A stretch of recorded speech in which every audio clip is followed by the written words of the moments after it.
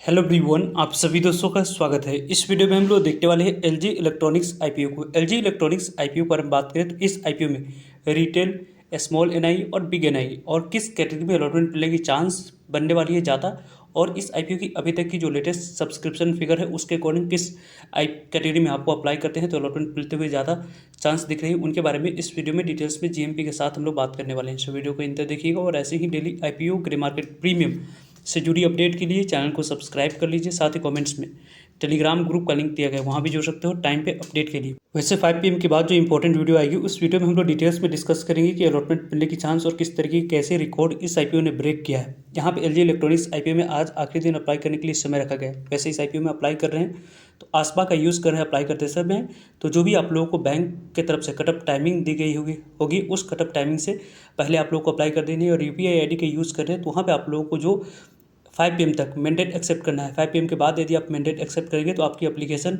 जो lottery system के माध्यम से अलॉटमेंट मिलती है उस प्रोसेस में पार्टिसिपेट नहीं करेगी और आपको अलॉटमेंट मिलने की चांस पहले ही समाप्त होते हुए दिख जाएगी। वैसे इस आईपीओ में अप्लाई कर रहे हैं तो किस तरीके कौन सी मिस्टेक नहीं करनी है, तो यहाँ पे 1140 पे जो कंपनी की कटर प्राइस है उसी कटर प्राइस पे आपको अप्लाई करनी है। और इसी कटर प्राइस पे अप्लाई करते समय 13 इक्विटी शेयर मिनिमम आपको एक लॉट अप्लाई करते समय सिलेक्ट करना होगा, तो जाकर आपको इस आईपीओ में आने वाले समय में आपको अलॉटमेंट मिलते हुए दिखेगी। कंपनी की ओवरऑल जो अभी तक नंबर ऑफ टाइम सब्सक्राइब हुई उससे पहले यदि हम लोग डिस्कस करते हैं तो इस आईपीओ में बिग एचएनआई कैटेगरी में भी अप्लाई कर सकते हैं, स्मॉल एचएनआई कैटेगरी में भी आप लोग अप्लाई कर सकते हो। इस आईपीओ में बिग एचएनआई कैटेगरी में अप्लाई करने के लिए कितने अमाउंट्स की रिक्वायरमेंट दिख रही है, तो लगभग आपके पास जो अमाउंट्स की रिक्वायरमेंट है वो यहाँ पे 10,07,000 यहाँ पे 760 पे अमाउंट्स की रिक्वायरमेंट है। रिटेलर्स कैटेगरी में अप्लाई करने के लिए 14,820 पे अमाउंट्स की रिक्वायरमेंट है।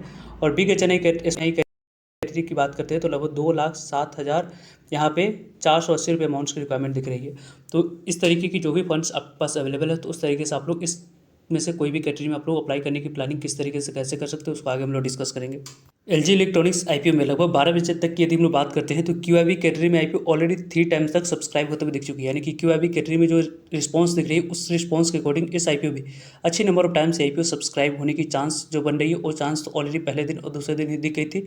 और आज के डेट में जो रिस्पॉन्स क्यूआईबी कैटेगरी की तरफ से दिख रहा है उसके अकॉर्डिंग कई सारे रिकॉर्ड को ब्रेक इस कंपनी के द्वारा किया जाएगा और कई सारे न्यू रिकॉर्ड बनाई जाएगी। उनके बारे में भी इस वीडियो में आने वाले समय में जो इवनिंग में वीडियो आएगी उस वीडियो में हम लोग डिटेल्स में डिस्कस करेंगे। कंपनी के बारे में बात करते हैं तो यहाँ पे जो एनआई कैटेगरी है उसमें 13.98 टाइम तक अभी तक सब्सक्राइब होते हुए हो चुकी है। यानी कि इस आईपीओ में आपको जो यहाँ पे अलॉटमेंट मिलने की जो चांस है उसके अकॉर्डिंग यदि हम लोग बात करें बिग एनआई कैटेगरी की जिसमें 10 लाख से ऊपर के अमाउंट्स की रिक्वायरमेंट होती है उसमें आप लोगों को 15 टाइम्स तक आईपीओ सब्सक्राइब हो चुकी है।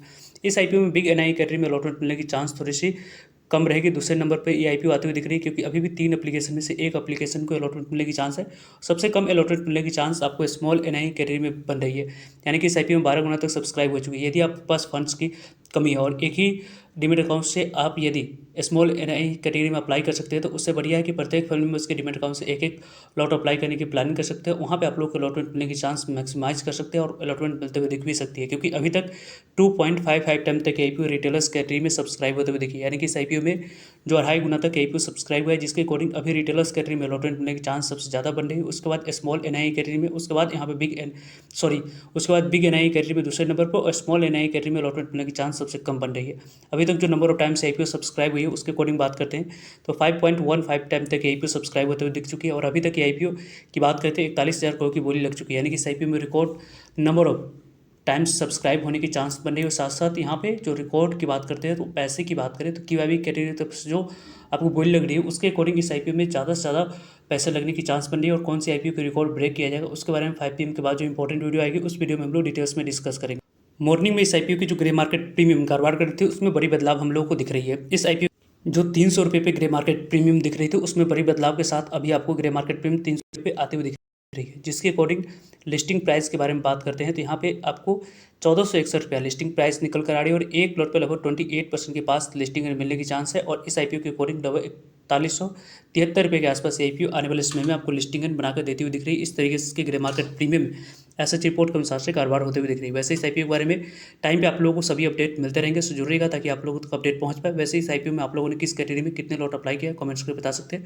फर्दर एक बार और हम लोग डिस्कस करते हैं कि इस आईपीओ में किस कैटेगरी में अलॉटमेंट मिलने की चांस आप लोगों को ज़्यादा रहने वाली है। तो रिटेलर्स कैटेगरी में अलॉटमेंट मिलने की चांस फर्स्ट नंबर पर रहेगी, सेकंड नंबर पर बिग एनआई कैटेगरी दिख रही है और थर्ड नंबर पर आप लोगों को स्मॉल एनआई कैटेगरी हम लोगों को दिख रही है।